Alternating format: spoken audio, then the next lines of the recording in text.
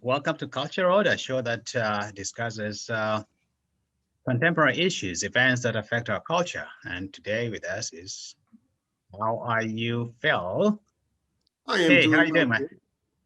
And David, Hi. how are you doing, David? I'm good. It's like the genuine morning in America now. It's been a while since I last saw you. You are making a debut into our show, and so I'll give you some time to tell us more about yourself. And Cheryl, how are you doing? You are joining us via phone, right? Um, no, I'm on my Oh, laptop actually. oh, good. I think that's much better. And you look fabulous. Fabulous. Oh, thanks. Anyway, I'm happy. I still feel like partying, even though we have a ton of work to do. But yeah, I'm still happy. I love the text. Is you loving it? Okay, David. Because you're joining us for the first time, let us know just about who you are, what's going on, and so that we can get started. Sure. I'm a journalist. George and I actually met working for Dow Jones many years ago. I have been mainly writing about business and most recently about sustainability and corporate governance.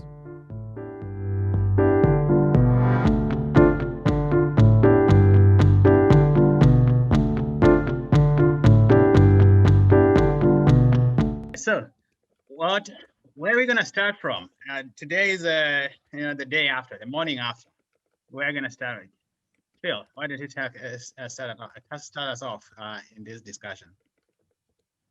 Well, George, I think, as I said, my mood is cautiously optimistic right now, given just the fact that, we have someone in charge now who knows what he's doing and sincerely cares about, as he reiterated yesterday in his inaugural address, those who voted for him and those who voted against him, because he wants to be president of everyone, the entire United States. And that is a refreshing change after the last 4 years.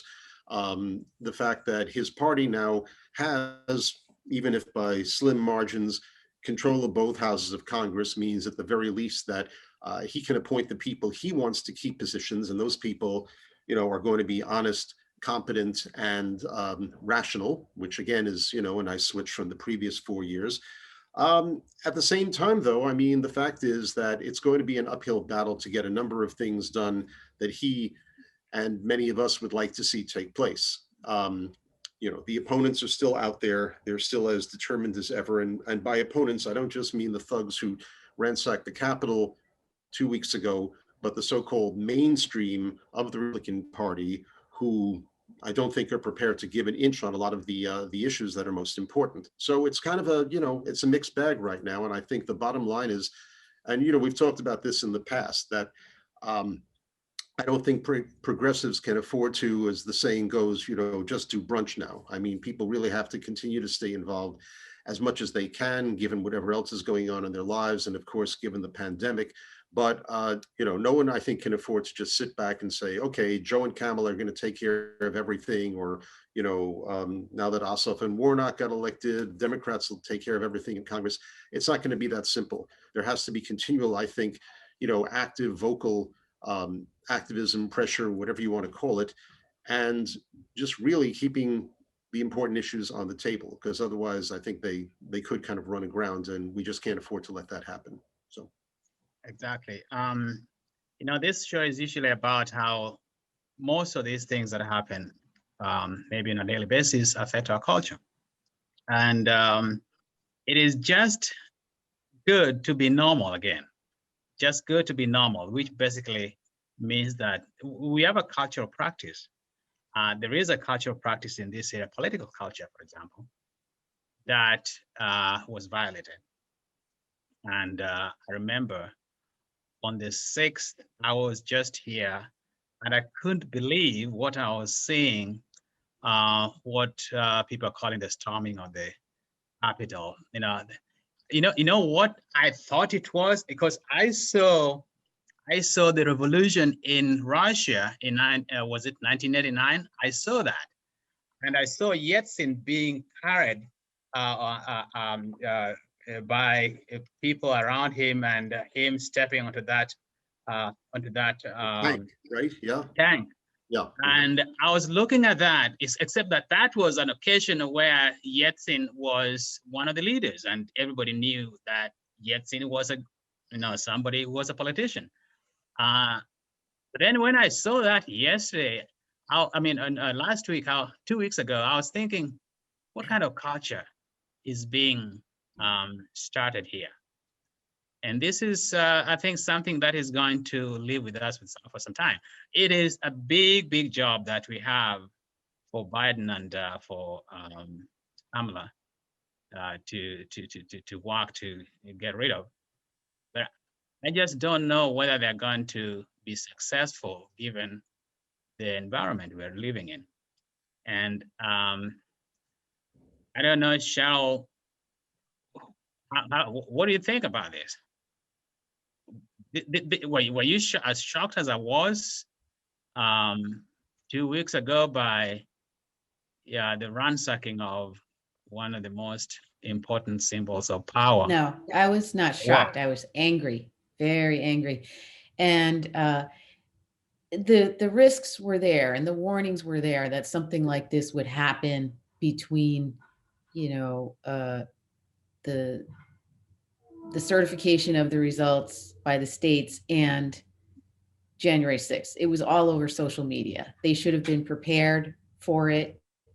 If you just compare the absence of security to the images of the overwhelming show of force by the National Guard when there were peaceful Black Lives Matter protests, no, it's absurd. These people were literally invited into the Capitol by our president and some members of the Capitol Police, facilitated their access and allowed them to basically vandalize the Capitol. I'm still angry. And unfortunately for all of us, we are dealing with the reality that these racists, these white supremacists, these neo-Nazi people, they didn't just disappear. And this president allowed them to reemerge and reassert their priorities. And they don't want to let that go. They love this president. He represents them. He validates their racism. And that's all that they need. Anyone who has ever said that the election of Trump was about economic anxiety is just living under a rock. These people never stopped having babies. They have summer camps. They have Christian schools. They have Christian universities. And anybody who talks about evangelicals, the white evangelicals, this is who they are. This is who they are. These people who run around with Confederate flags and anti-Semitic symbols and Nazi symbols. That's exactly who these people are. So, surprised? No. Angry? Yes. These are the kind of people who are seriously making me consider buying guns. Seriously. No, interesting. First of all, his gun, number one. And, what you're talking about buying guns, I just got Cheryl's cousins were telling us about that. They want to buy guns, which I thought was crazy. And their point was, well, you're the only one who is going to remain unarmed. And I'm like, well, being armed doesn't help. Now, it reminds me of something that I read yesterday, actually. Somebody called General Flynn.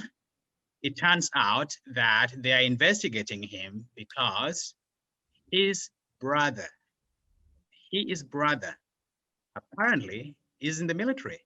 And they are investigating the involvement of his brother in the response by the National Guard. There has been. I don't know whether he was. No, but this should not surprise anyone.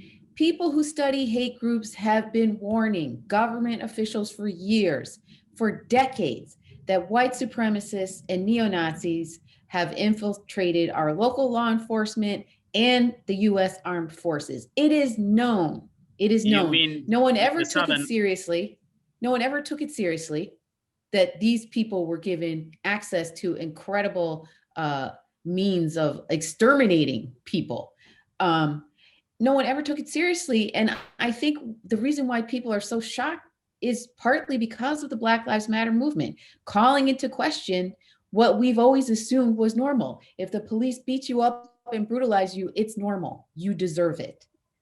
Well, people are starting to realize that if police do that to Black people, they're going to do it to everyone. And with this President Trump, it was very clear to me that he would turn against his own supporters and violate their civil rights. Interesting about that. Well, they won't terminate anyone, but a couple of things. Number one, I think, and I'm going to bring you into this, David. I was reading somewhere that they have turned against him. So they have turned against him because he apparently is weak. He is weak. He didn't live up to his pledge to help them through and through, and he did not pardon them.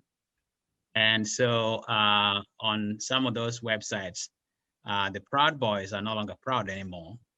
There was one comment that, we now know about them. I mean, we got played. You guys just go back to your lives, which is interesting because, as I said earlier, once a culture has changed, it becomes very difficult to fix it. And I'm wondering, David, from you actually wrote for one of these public interest organizations in DC, and so I'm sure you have some insights into this. Well, I mean, I was working for Public Citizen, which is the organization that Ralph Nader founded in DC. That was about 10 years ago. I was working on global trade issues, but my colleagues were certainly working on related social justice issues. I just wanted to respond, though, to something Cheryl said. I mean, putting aside the white supremacy issue, which I think we all agree has been just waiting for the right person to come along to stoke it for 2.5 centuries. I'm concerned about people who are not white supremacists, but are buying into all this. And I'm thinking especially of a very good friend of mine who I actually studied Arabic with at Columbia University. He's one of the most intellectually curious and well-read people I know. He's a minority himself. He's Hispanic, but he voted for Trump twice. And his bone to pick is with cancel culture. Mm-hmm. And cancel culture really gets him riled up. And I think that's something that we need to talk about, is what's the valid aspect of cancel culture and where has it gone too far? And how do we all see cancel culture playing into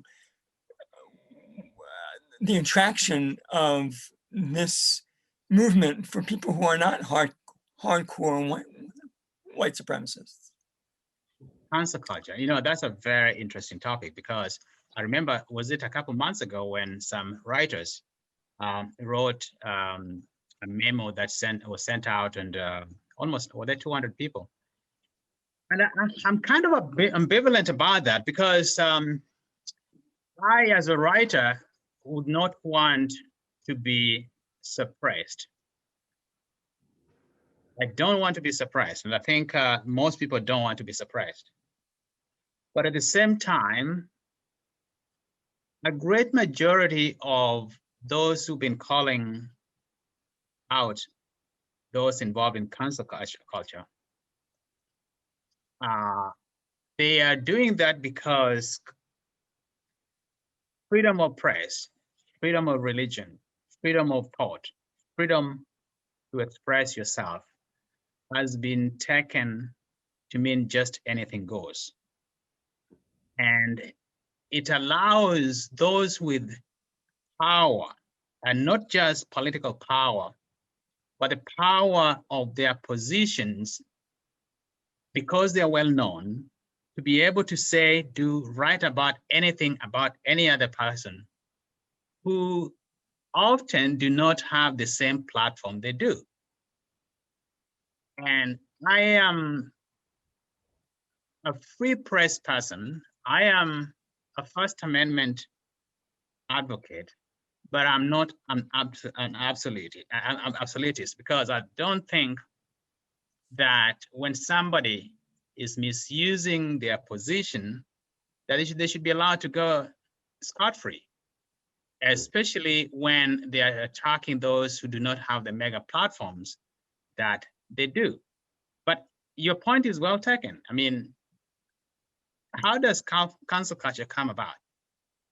It is, to me,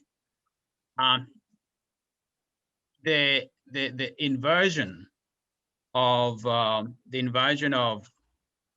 paradigm, whereby those who have had little, actually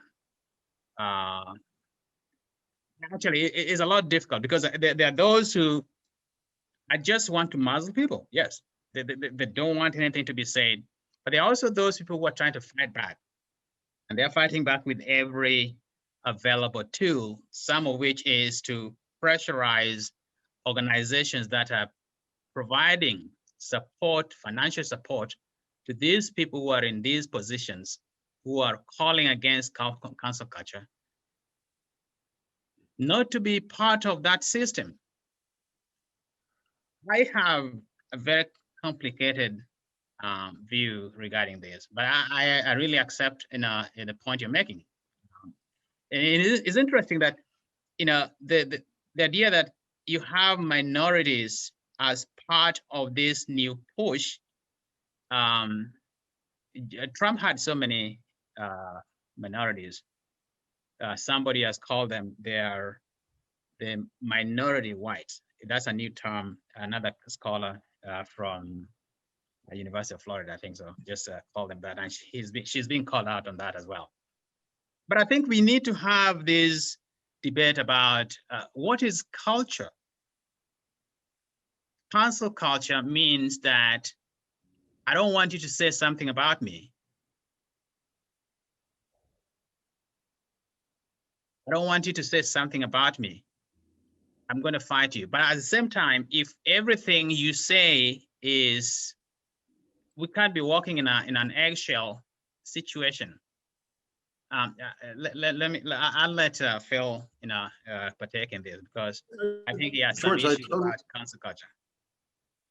You know, as a fellow, journalist, I agree with you. This is an incredibly complex issue. I mean, I think that, listen, first of all, I think that the accusations about cancel culture are somewhat exaggerated. They come mostly from the right, and they can be, conveniently invoked anytime somebody is personally feels that he's been, shut down unfairly. I mean, I'll give you a perfect example. We have Senator Hawley of Missouri, who of course continued to vote against certifying the results later that day on the 6th, even after the mob had attacked Congress, and he still stuck to his guns about that. And as a result, among other things, I believe it was Simon & Schuster that dropped a book contract that they had with him. And of course, Hawley started whining about, this is a Twitter mob, these are woke mobs and so forth. And I'm thinking, hey, pal, there was an actual mob that attacked your workplace not 10 hours ago. Don't tell me, about a mob. We saw what a real mob is, and you endorse the actions of that mob through your actions. It also came out there was an interesting piece in the Times about how, the roots of Hawley's actions are that he is a religious extremist. He is one of these very conservative Christians who believes basically that this country is going to hell because of, creeping secularism, as former Attorney General Barr referred to it in his notorious speech at Notre Dame a few years ago. And many of these people have, of course, endorsed Trump for just that reason, that he would give comfort. He would endorse their religious agenda by appointing anti-abortion judges and, in other various ways, convincing them that they could impose their particular beliefs on the rest of the country, which is basically against everything this country is supposed to stand for. So, for somebody like Hawley, who has this agenda, who endorsed Trump because of this agenda, and continued to fly in the face of everything that had happened by, indulging these fantasies that the election had been stolen, for him to yell about, I've been canceled, I'm a victim of woke mobs. It's, I mean, I'm not gonna, I don't know if we have, it's pure BS, let's say that. On the other hand, there have been instances of people with a lot less power and prominence losing jobs, just generally being affected negatively because of something that they put online that somebody might disagree with. My teenage son, at his high school, he talks all the time about how, you get all this stuff on Instagram all the time, and if you express the slightest disagreement, you're attacked as well as being, on the wrong side and so forth. So I think I just come down feeling that it has to be on a case-by-case basis, basically. I think that, you have to consider who the person is who's complaining about it, what exactly that person lost for having an unpopular. We always go by, the sense that we do have free speech in this country, but no speech is absolute, just like we have libel laws, we have child pornography laws, we even have what the Supreme Court called the fighting words doctrine, which is that if you basically incite a mob or do something that could provoke violence and destruction, you could still be prosecuted. Free speech has its limits, which is one reason why Trump is being impeached, has been impeached, and is going to go on trial in the next few weeks, because that's exactly what he did. So, that's what I say. It really has to be on a case-by-case basis. I know a lot of people just would rather come down totally on one side or the other, but I just can't see that happening in given the situation that we have right now. Yes. How about you, Cheryl, regarding this cancel culture? Well, I think cancel culture is a very clever term, and I have to say that the right wing has evolved into, very slick communications kind of machine, and they are coming up with these things like a purity test, and when you're talking about politics, and they've come up with these terms that have infiltrated the mainstream. But I feel like cancel culture is, in their view, narrowly defined to mean you are telling us that we're wrong. You are trying to hold us accountable. You are putting a completely different spin on things, and you don't have a right to do that. We are the ones who get to dictate what happens. And cancel culture is I agree with you that it's an inversion of, who's dominant in this culture. It's an inversion, and they don't like it. They don't like being held to account for police killings. They don't like being questioned about whether voter fraud really exists. They don't like any challenge to their established authority, their higher status in society, and they call it cancel culture. Well, what about, 300 years of slavery? What is that? And not being paid for anything? That's cancel culture. No reparations. That's cancel culture. Interesting about that cancel culture, Cheryl, is who is being canceled or what is being canceled. I think we don't even go into all the details. What is being canceled? What kind of speech is being canceled? Because Sean Hannity is so much about cancel culture, but look at what Sean Hannity says himself. Bill Maher, whom I watch him all the time. What about Andrew Sullivan? These people can't stand being criticized. They can't stand being questioned. They're coming from a place of privilege and power, and they don't like it when they get called out. And I agree with you. It's far more nuanced. And I feel like there's a certain dogma. Sometimes when I'm on social media, I think I've become an addict because of everything that's been happening in politics. But I feel like there's a certain rigidity to the way people think and express themselves and the way they react to what's around them. And that is leading to us being less willing to just hear each other despite our differences. And so I feel like, yes, it's coming from all over the place, but the dominant group that is canceling other people is the same group that is dominant in our society. White male Protestants, our American Taliban. And that brings us into actually what I thought was the main thing we're going to be talking about, which is security. Because Going forward, I was just, when you look at what is going on in DC, David, how many National Guard troops were there? 20,000, right? Something like that, yeah. Yeah, and I remember talking to you. You remember, David, during the Iraq War. Actually, it started with the Afghanistan war. And I remember, David, we were talking on the subway, you're going to New Jersey, and you're saying, you didn't like that, right? You didn't like the war, right? I didn't like the war. And a lot of people didn't like the war. But in some way, Washington, D.C. looks to me like Afghanistan today, then Afghanistan looks like itself, given the number of troops that are there. And actually, I was reading somewhere, Muriel Bowser, she was saying, the mayor of DC was saying that the new posture, the new security posture in the district will remain for some time. She wants the fences out, but the soldiers, she needs them there to protect the city. But George, taking up your analogy to Afghanistan, think about what we associate with Afghanistan in the early years of this century, right? There was no money in charge. The government was not able to keep control over the Taliban. Right. That's why you had this ultra military presence beside the American imperialist angle.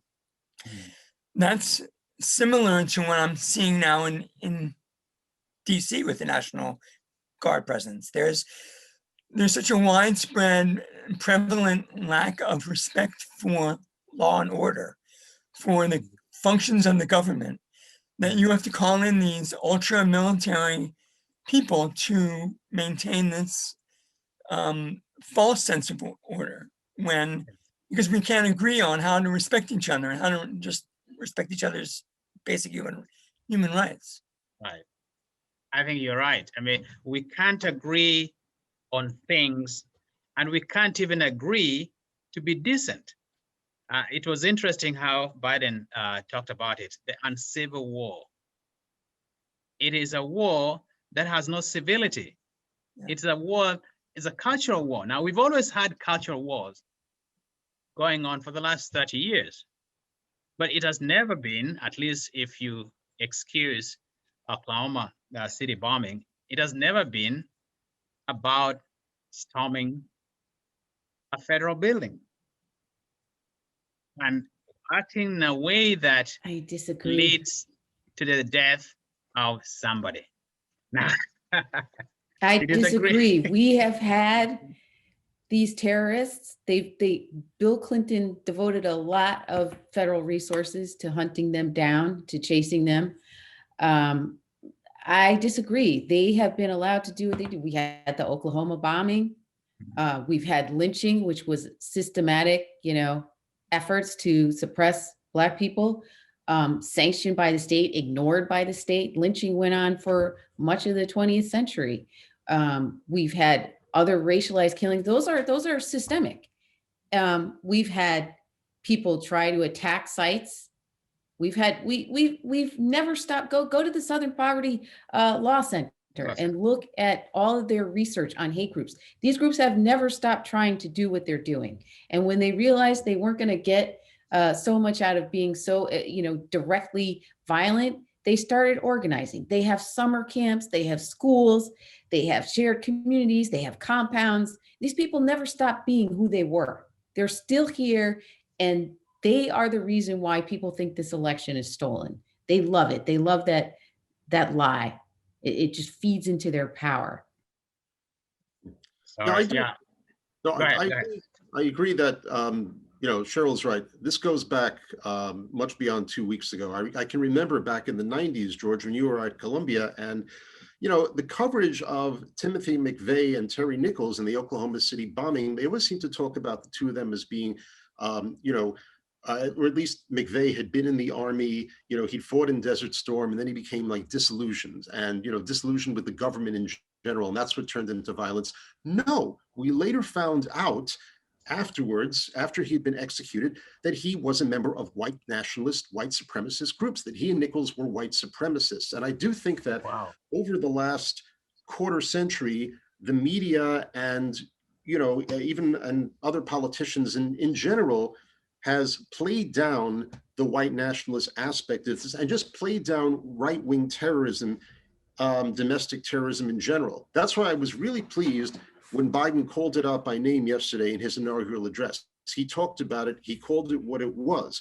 And I'd like to believe that he and Garland, the new attorney general, and the FBI are really going to spend the resources that need to be spent on this, as much, if not more, as was spent chasing Arab terrorists over the past 20 years, because these guys are definitely a much bigger threat. And it's just about time that we stop, kind of sanitizing them or talking about lone wolves and disaffected people and so forth. If you want to express your views with guns or bombs, you are a terrorist. I don't care whether you're brown and Muslim or white and Christian, you are a terrorist. And, now, can I say one other thing, though? I think that, and this kind of ties into what we said before about the cancel culture and so forth, that the challenge part of it, well, there are two challenges, I think, in making this kind of effort. First of all, again, Cheryl was right. There has been evidence of infiltration of a number of law enforcement agencies by white supremacists. I mean,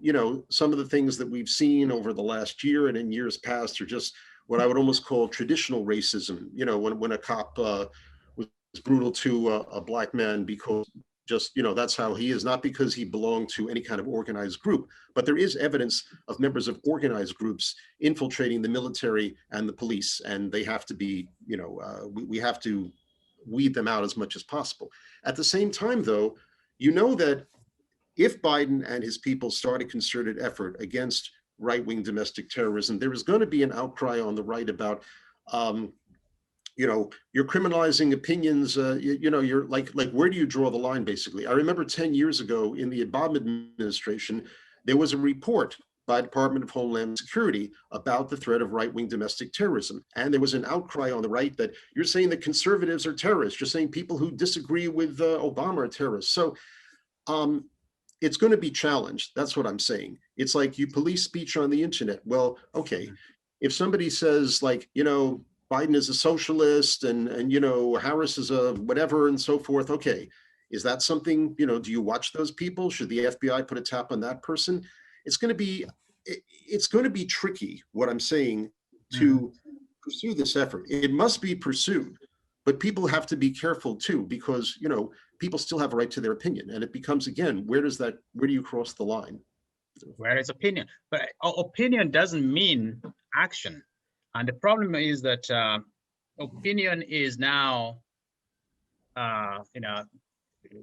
Second Amendment right is now being looked at as an opinion, as an expression, so that the Second Amendment is taking over what used to be a traditional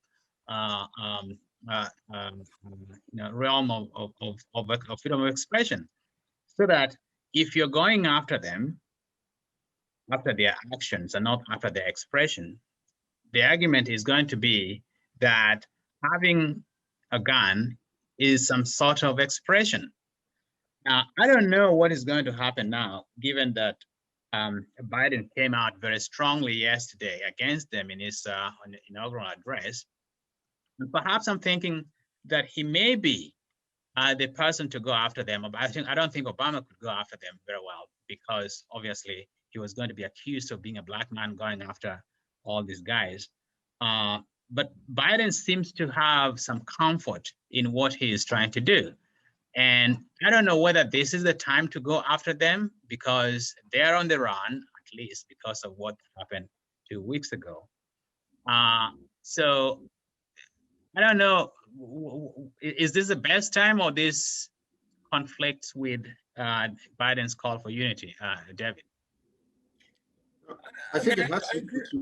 I agree that you have to. I agree that you can't let white supremacy and the movement just exist. But at the same time, I can't help feeling like we need to address the roots of this.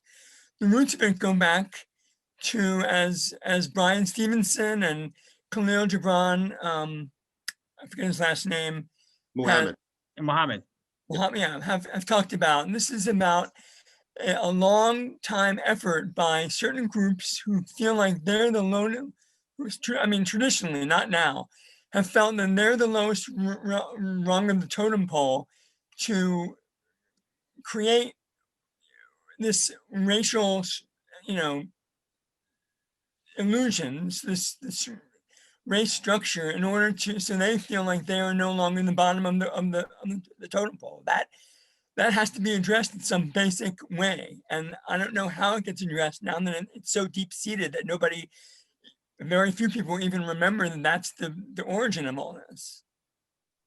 Yes. Go ahead, Phil, and then Cheryl. I was just going to say that, yeah, George, I would advocate for stepping up the effort now. And I don't mean mass arrest necessarily, although that's continuing to happen as a result of the Capitol, and that's fine. But I'm just talking about monitoring these groups and really, trying to figure out where they get their money, where they organize, shutting down their communications networks as much as possible. Because, yeah, they've stepped back because they know, hey, this is not, I mean, I've read this. There's armed presences in most state capitals and the national capital. So trying to do anything right now would probably be suicidal, but that they could be just waiting a couple of months when people are kind of lulled into a false sense of security and attack again, because I think there will be other attacks. And therefore, I think this effort has to be pursued. But, going to what David said, yeah, I mean, the insidious thing about this phenomenon is that it's not, and I've said this before, I don't think all Trump supporters are monolithic. And I don't think even if you separate the so-called moderate Trump supporters, if that's not an oxymoron, from the kind of people who marched on the Capitol and those who attacked the Capitol, even within that group, okay, not everybody is exactly doing it for the same reason. You have your white racists, you have your religious extremists who, as I say, think that, Trump was sent by God to save America from Satanist pedophiles, etc. You have your conspiracy theorists, and you have your people that, yeah, are simply alienated for economic or social reasons or whatever, and just feel that, the people in power do not speak to them, and Donald Trump did. And there has to be, I don't know how you do it, there has to be some way of maybe driving a wedge between those different groups so that maybe those who really just have this alienation motive, rather than these extremist political or religious motives, can be kind of brought into the fold somehow. It's not going to be a quicker and easy thing to do. I do think that's one thing that could be done, but it's, some people have suggested that you have to deprogram them, that it really is kind of a cult and they have to be deprogrammed. I think that there have to be multiple strategies, basically, because different approaches have to be used. I think a one-size-fits-all thing would not work, but I would argue that it has to begin now. It should have begun 25 years ago. It has to take place and it has to be intense. Otherwise, we're going to see this kind of thing happening again and again. Carol, I don't know, did you see that most of these events were planned and organized and by fundraisers and people with money? You remember that woman who chartered a plane, or was that her plane? She basically got a plane to come over there. A charter plane. How do you charter a plane into a riot? And there's a lot of money that is floating around. Most of them were, money coming from well-endowed foundations and donors who had their own machinations. So what do you see in this effort to de-radicalize and to attend to their economic anxieties, which I don't think I agree with you. I don't think this is about the economy, because those who are concerned about the economy do not charter flights to DC. I don't want to sound like a lunatic, but I would ask that, or I wish that we wouldn't underestimate the racism of Trump's base. It's extreme. And no one wants to see that. They don't want to admit how extensive it is. And while people may engage in those kinds of activities like the January 6th thing or other rallies, and they may not consciously be motivated by race, they are ascribing to racist ideology. And they may not even know it. Then a good example of this, I hate to do this, but I read this great biography of Laura Ingalls Wilder called Prairie Fires. And it was incredible. It was one of the best written books. This woman is a great writer. She's a great, I don't even think she's a historian, but she did tremendous research. And I don't know how old you guys are, but I'll be 52 this week. And when I was a kid, we loved watching the Little House on the Prairie. And we even had like those stupid prairie dresses made of denim. The kids like to wear. Anyway, they did accessorizing even then. But this book is a good example of how people, it describes the political evolution of Laura Ingalls Wilder, and how she had a daughter who grew up and started to dabble in like fascism and kind of like consorting with people who were pro-Nazis, and they weren't aware of the racial implications of this, and they didn't consider themselves to be racist. They felt like everyone deserved a fair chance, but they were ascribing to these ideologies that were targeting Jews and targeting Blacks and targeting foreigners, and they just were not conscious of it. But it's a great book. I recommend you read it. If you read it, you're gonna get a different perspective on Midwestern political culture and this whole concept of pulling yourself up by your bootstraps. You'll have some appreciation for the conservatism in Midwestern culture. But setting that aside, I just feel that people are underestimating the racism of the Trump base and what a huge motivating factor that is. And I just went off on a tangent, but dealing with it as a society is a long-term project. And the very first thing we must do is communicate very clearly through a variety of means, some punitive and some, using incentives and some communicating values. But through those means, we must communicate very clearly that this is not what is going to move this country forward, that this is not acceptable. And you could call it censoring, you could call it attacking free speech, but think of how I have to feel walking down the street in the town that I grew up in and seeing trucks with Confederate flags on them, and shotguns strapped to the back of the truck. Why do I have to accept that? They lost the war. Why do I have to accept that? Why are they allowed to parade those things around? That's not free speech. That is oppression. Speech is about power. The narrative is guided and molded, edited, and constructed very well by the very powerful. There's got to be somebody benefiting from that. The problem, I think, is that a lot of the people who are racists, do you think they benefit from that, or that is just a it's very psychological on their part, and they are doing the job for somebody else? No, they benefit personally. It is their belief. It is fundamental to the way they see the world. I think people just don't take these people seriously. They are extremists, and they have an agenda, and they view Trump as integral to advancing their political agenda.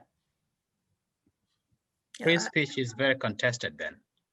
I don't think they have to be in service to some great hidden Oz-like figure. I think I agree with Cheryl. They're motivated because they can't get out of bed and live their lives every day unless they feel that they're superior.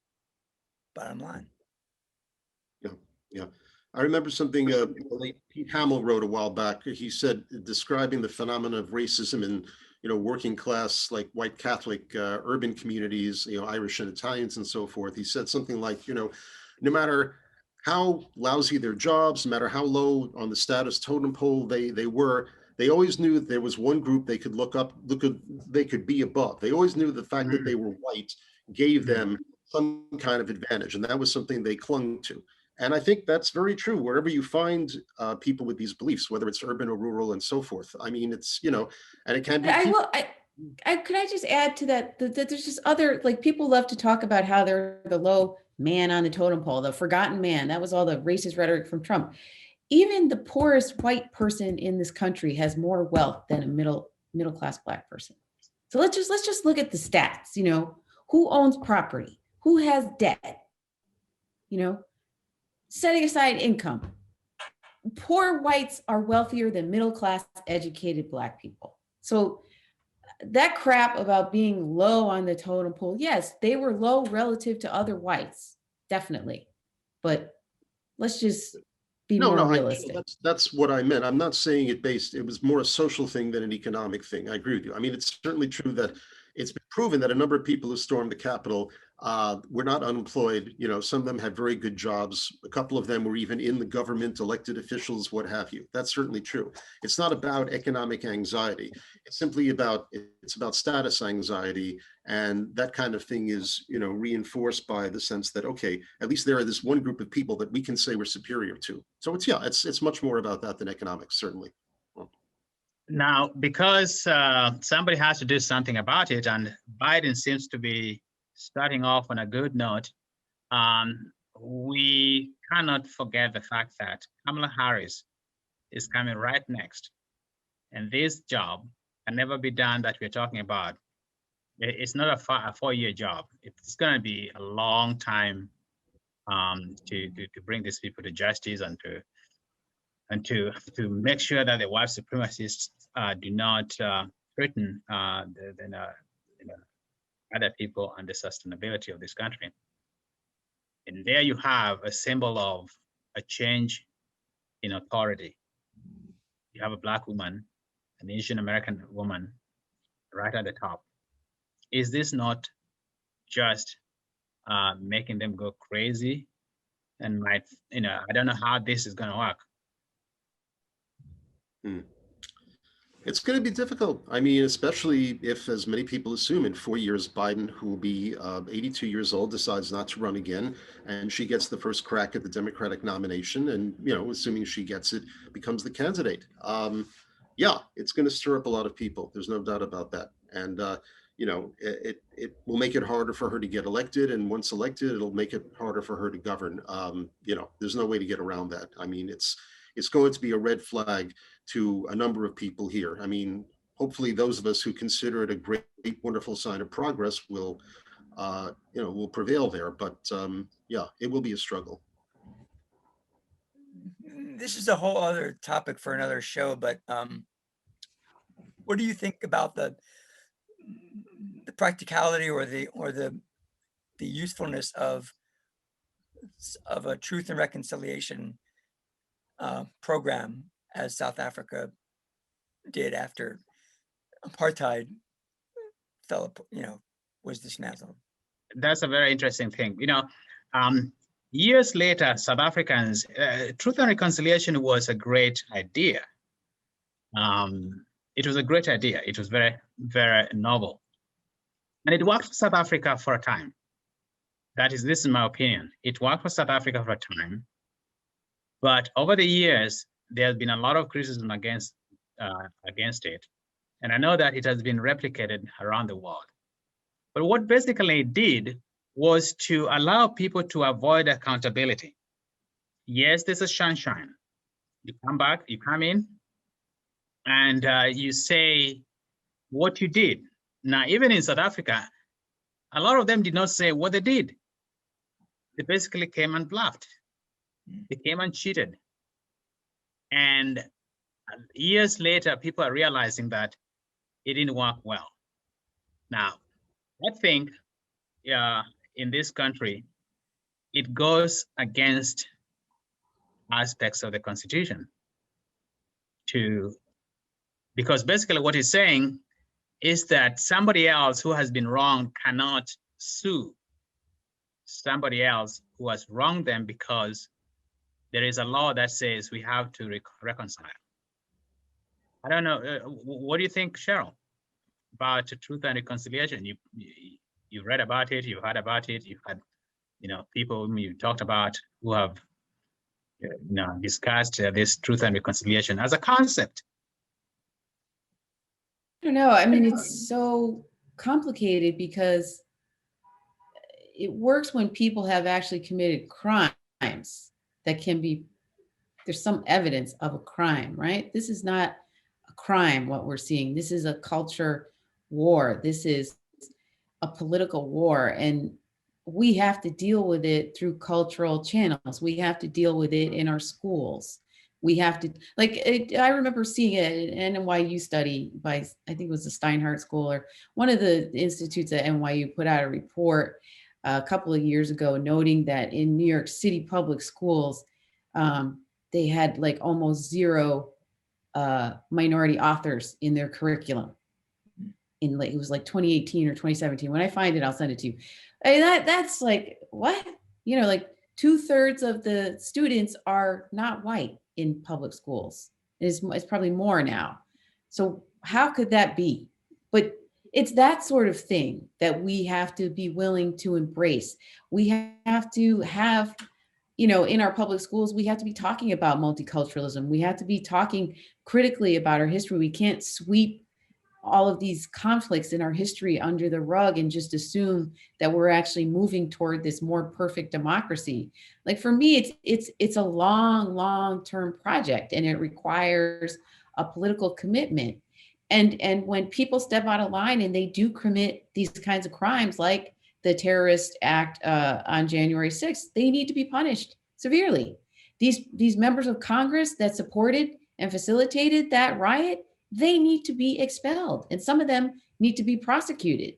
That's, you have to deal with it in a layered way through a variety of means. There's no, outpouring of confessions that is going to take away people's fundamental beliefs. It's a long-term societal project. And I think they need to be at the beginning with prosecuting Trump, because if these people had been there, if these views had been there all these years, and yet they were not cultivated the way he cultivated them in the last 4 years, then he bears some responsibility, and he needs to be held accountable for that. This was a great show. Thank you so much, and so we shall do it again the week after next. And so for all our audience there, don't forget to share, don't forget to like, don't forget to subscribe. Thank you. Thanks, George. Thanks, George. Take care.